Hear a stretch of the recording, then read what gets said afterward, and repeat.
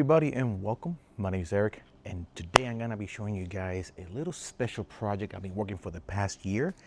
I've been keeping this one close to my chest because I'm been experimenting with it, and I'm gonna show you guys how I make my homemade Duralogs like these.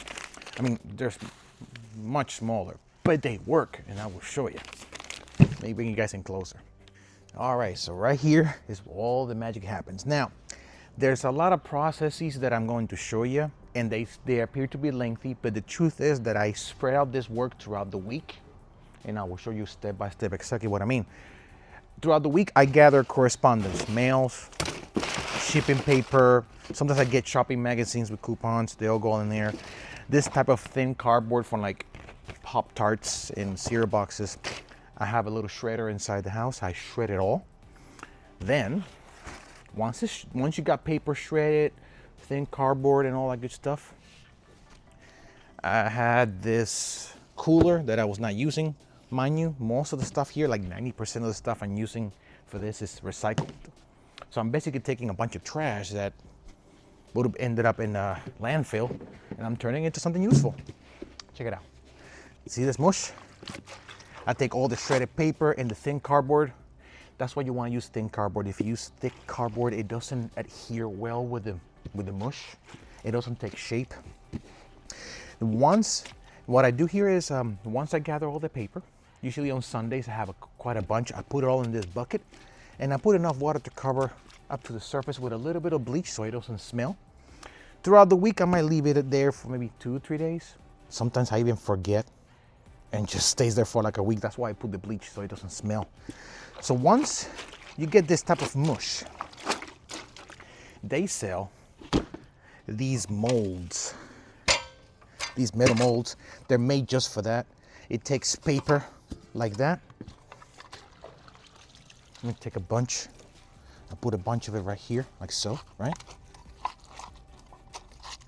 I'll put links of the stuff that I use, like the mold and other things that you might need to make these. I think that's about right. You want to fill it up maybe 3/4 of the way, not all the way through, because then you have to squeeze the water out. You put this on top, like so. You're gonna squeeze the water out. Check it out. Look at how it takes shape, which is pretty neat. So once that is squeezed out, you take the top off, put it upside down. Check it out. We have a lock. Pretty neat, right? Now I'm gonna show you what I do on the next step. Okay, so right now we're at my porch. Earlier this year, I got myself a newer little air fryer oven / conventional oven. And this was a conventional, it's like a miniature conventional oven. And I repurposed it just for this. Literally, I put it here on my porch, connected to electricity. I usually put it at around 300 degrees indefinitely, because it usually takes about 12 hours to dry out. What I usually do is I work overnight. As a medical courier. Overnight, usually around 6 p.m., 5 or 6 p.m., I put them in. I usually get home by 5:30ish in the morning. By the time I get to work, these are already dry.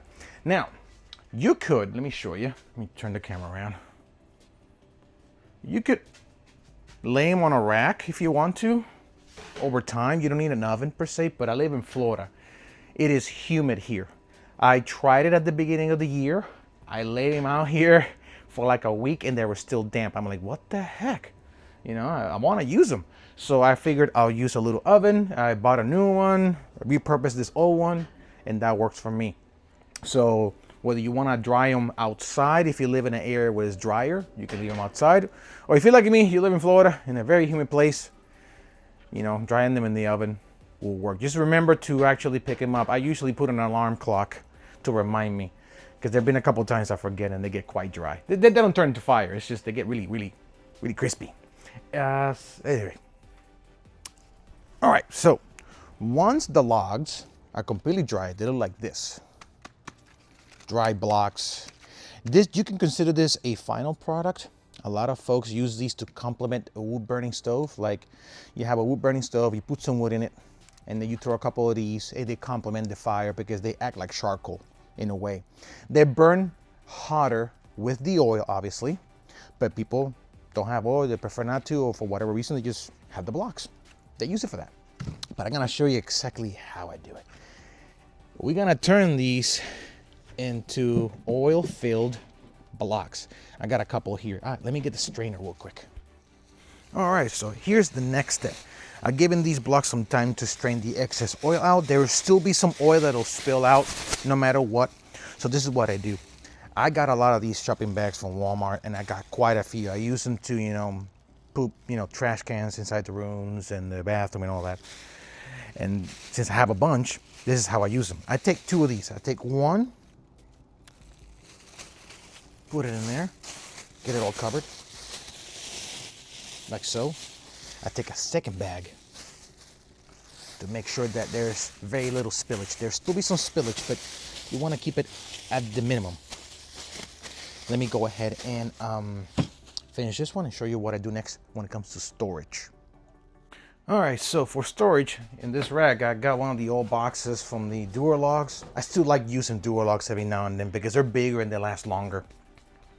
And so what I do here is I take all clothing that I don't use no more that is broken, and I put something like this in the bottom, like an old rag, old towel, old rag, old pieces of clothing.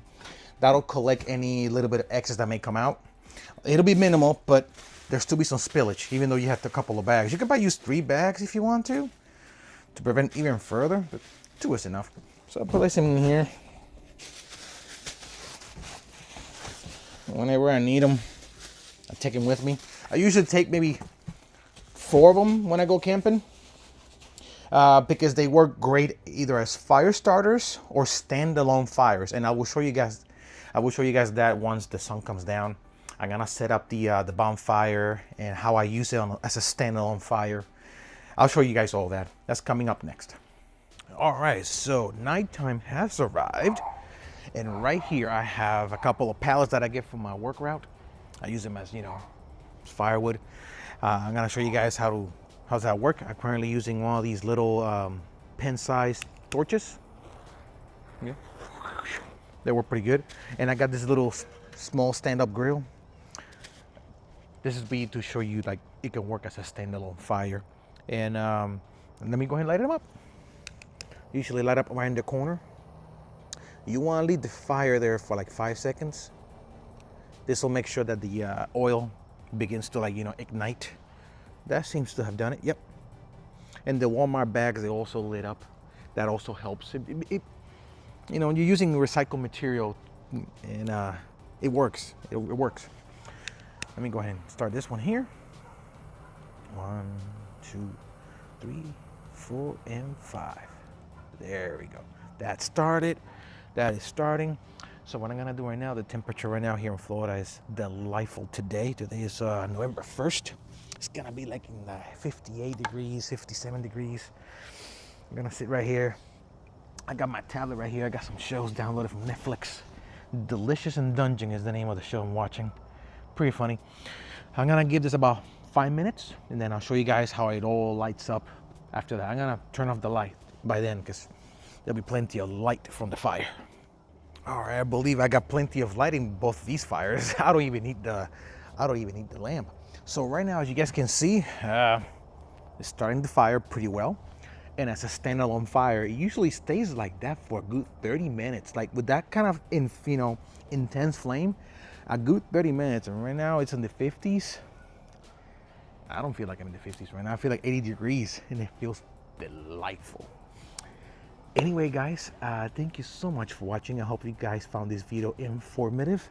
This is my own little project I've been working on for the past year, watching other YouTubers and ideas, and I was able to put this together. And I gotta be honest, I'm very, very happy with how these turn out because they're phenomenal. I mean, look at just standing alone. Oh, you see all that flame, that heat? 30 minutes of that. That's not bad. And I've been camping a couple of times where I find firewood and half of it is still wet and doesn't burn very well. But with these, I put one of those because the heat is so intense and so consistent. Within 30 minutes, the pieces of wood dry up and they burn. It's beautiful. Anyway, guys, thanks for watching. See you guys on the next one. Bye. Back to watching anime. Curiosity. When was the last time you ate?